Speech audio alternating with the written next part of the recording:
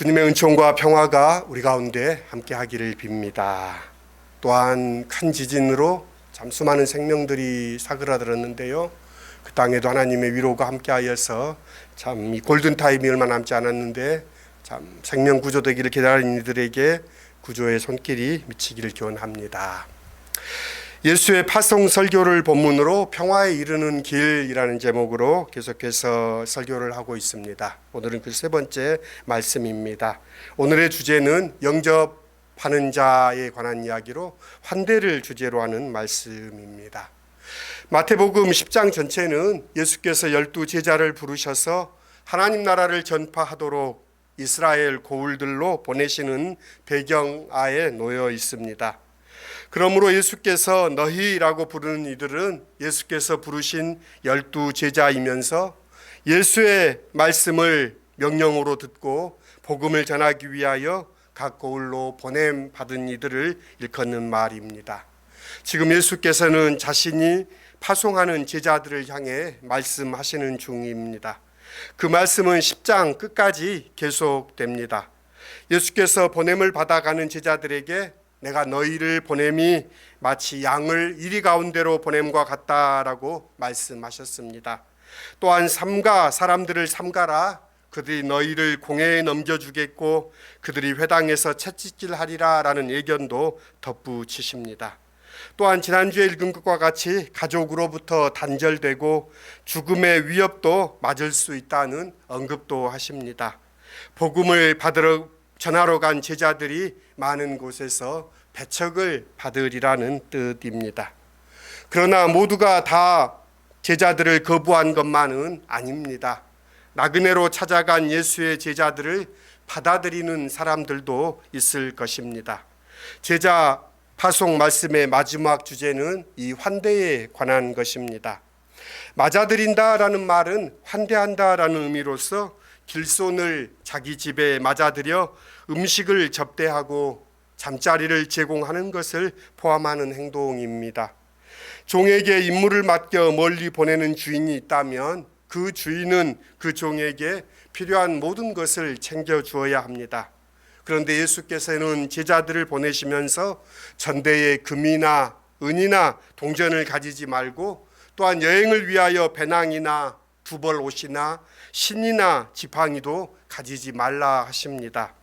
제자들의 생존을 위한 최소한의 필수품조차 챙겨주시지 않았다는 얘기입니다.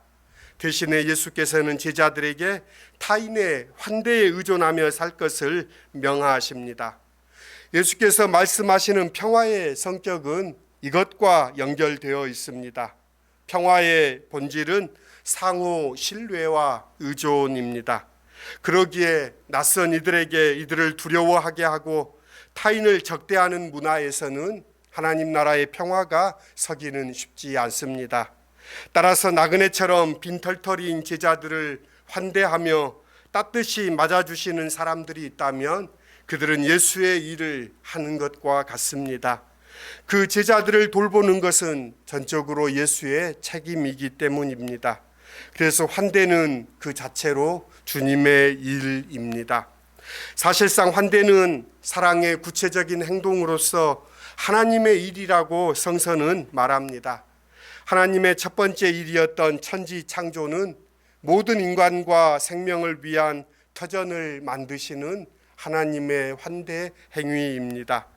아무것도 가지지 않고 광야로 뛰어든 이스라엘을 하나님께서 환대하셔서 만나를 내리시고 그들을 돌보셨다는 것은 분명한 환대의 예입니다. 율법에서 가장 강조되는 명령 중 하나는 고아와 과부와 더불어 나그네를 영접하라는 것이고 아브라함을 비롯한 믿음의 선조들은 이 환대를 실천했던 사람들입니다. 예수의 비유에서 사마리아 사람이 강도 만난 사람에게 베푼 행동이 바로 이 환대의 행위입니다. 누군가를 환대한다는 것은 그가 하나님의 일을 하고 있다는 뜻입니다. 또한 환대는 어떤 한 사람을 영접하는 것이면서 동시에 그 사람을 보낸 분을 영접하는 일입니다. 제자들로 하여금 각 고을의 사람들에게 가도록 보내신 이는 예수이십니다. 그러므로 예수의 보냄받은 제자들을 영접하여 맞아들인다는 것은 보내신 예수를 영접하여 맞아들인다는 것입니다. 예수를 영접하여 맞아들인다는 것을 하나님의 자녀가 되는 사건으로 성서는 말합니다.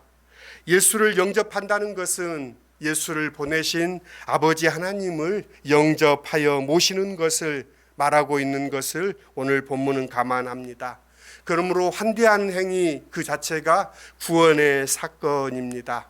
그러니 믿음은 교리적인 고백이 아니라 그가 타인과 어떤 관계를 맺는 일입니다. 사람들의 질시를 받던 삭개오가 예수님을 자신의 집에 맞아들이기로 했을 때 오늘 이 집에 구원이 임하였다는 예수의 말씀과도 응하는 사건입니다.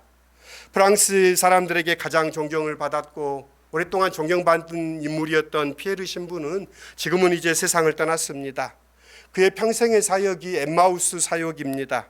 집 없는 사람들에게 집을 제공하였던 이 사역을 했던 피에르 신부는 세상에는 믿는 사람들이 이야기하는 것처럼 믿는 자와 믿지 않는 자가 있는 것이 아니다라고 그는 말합니다. 세상에는 오히려 스스로 만족하는 자와 다른 사람과 교류하는 자, 이 두 부류의 사람이 있다라고 이야기합니다. 그러니까 다른 사람의 고통 앞에 등을 돌리는 사람과 그 고통받는 사람과 어떻게든 그 고통을 나누겠다라고 그를 맞아들이는 사람이 있다는 말입니다.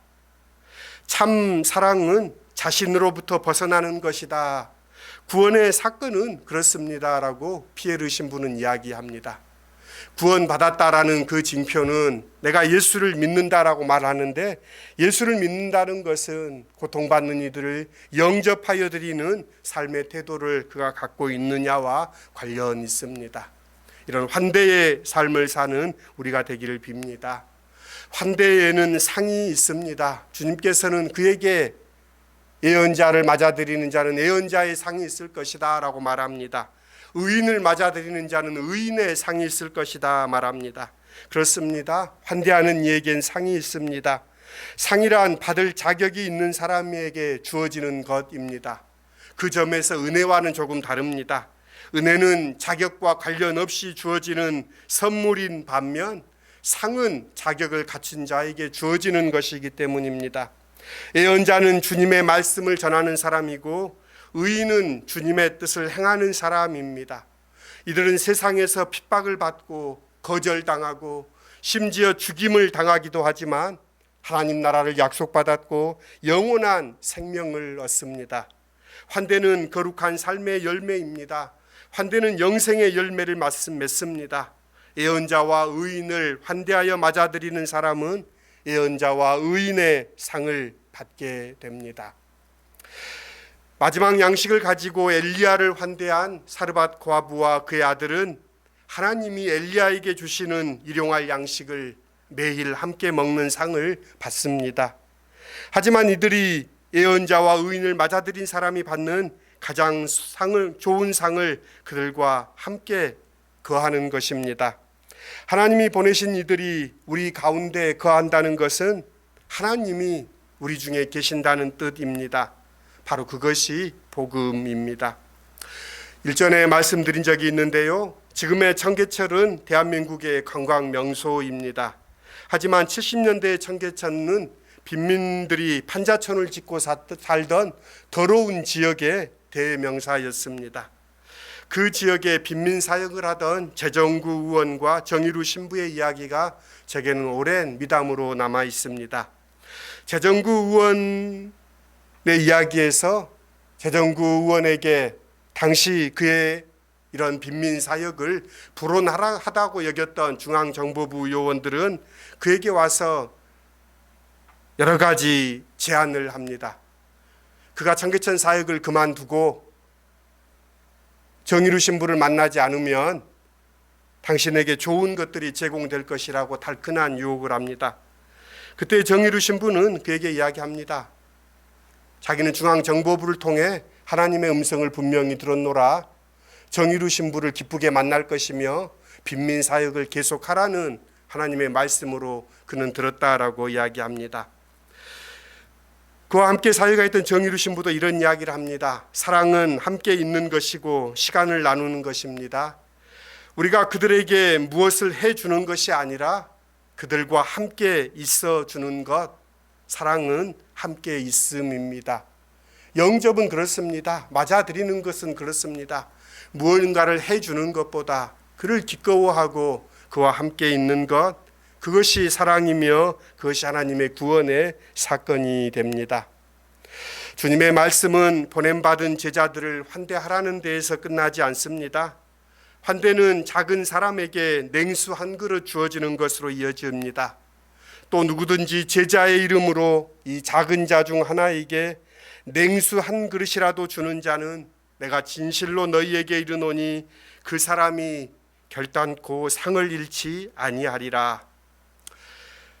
참으로 그렇습니다. 작은 자에게 냉수 한 그릇이라도 주는 자는 결단코 상을 잃지 않으리라 말씀하십니다.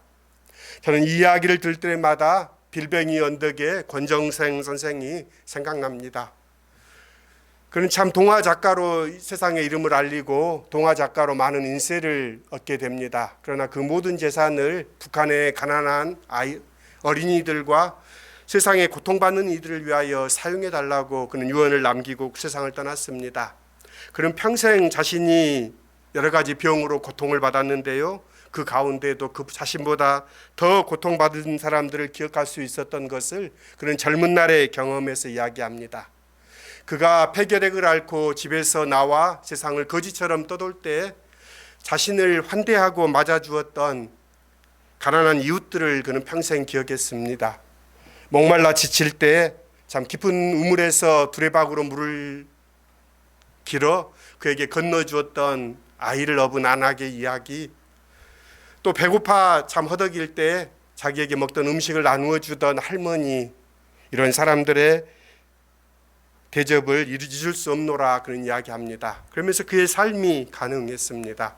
그리고 그의 삶은 또 그를 아는 사람들에게 계속해서 많은 울림을 남기고 있습니다. 작은 사람이란 존재감이 없는 사람, 즉 귀 여김을 받지 못하는 사람들입니다. 그런 무시받는 사람들을 예수께서 보내신 제자처럼 여기고 환대하는 일, 그것을 위해 오늘의 교회가 있습니다. 귀한 분을 환대하는 것은 누구나 할 줄 압니다. 누구나 하고 싶어하고 누구나 하려 합니다.